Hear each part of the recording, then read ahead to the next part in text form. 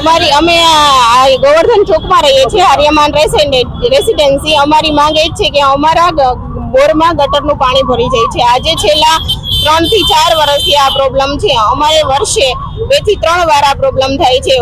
મહિના દિવસ સુધી અમારું પાણી ક્લીન થતું નથી. અમારા બાળકોનું સ્વાસ્થ્ય માટે અમે અત્યારે હવે અમે કીધું છે તો ઘણા ટાઈમથી બધાને કહીએ છીએ, બધા આવીને જોઈને વયા જાય છે. પણ હવે અમારો આ પ્રોબ્લેમ સોલ્વ કરો. બધાને જાણ કરી છે. કોર્પોરેટર આવે, જોઈ જાય, જ્યારે પ્રોબ્લેમ થાય ત્યારે આવે, થોડો ટાઈમ જોઈ જાય, થોડું ગટર ને એવું સાફ કરી જાય, પાછું પ્રોબ્લેમ સોલ્વ થઈ જાય. પણ પાછો આ જ પ્રોગ્રામ અમારે રિપીટ થાય છે. Aryaman residency ward number 12. અમે હવે પછી મત દઈ નહીં આપીએ, અમે કોઈને મત જ નહીં આપીએ. પણ અમારે પાણીની ખૂબ જ સમસ્યા છે, એટલે અમે આજે રોડ ઉપર ચક્કાજામ કર્યું છે.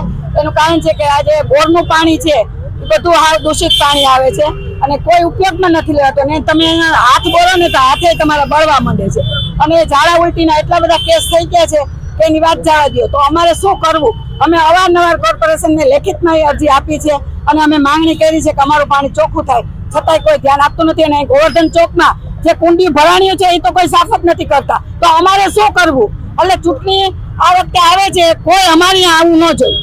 મત આપવાનું, મત લેવો હોય તો આવી જવાનું, કે લોકો જાગૃત થાય અને જોવે કે આ સોસાયટીમાં જોવો કોઈ ધ્યાન આપતું નથી, કોર્પોરેશન વાળા ધ્યાન આપતા નથી. એક પ્રદીપ સર છે જે ડવ, ઈ અમારી સોસાયટીમાં અડધી રાતે બોલાવો એટલે આવે છે, બાકી કોઈ કોર્પોરેટર આવતા નથી. ચૂંટણીમાં કઈ 5 વર્ષ પહેલા આવ્યા હતા ને આ 5 વર્ષ હમણાં થશે.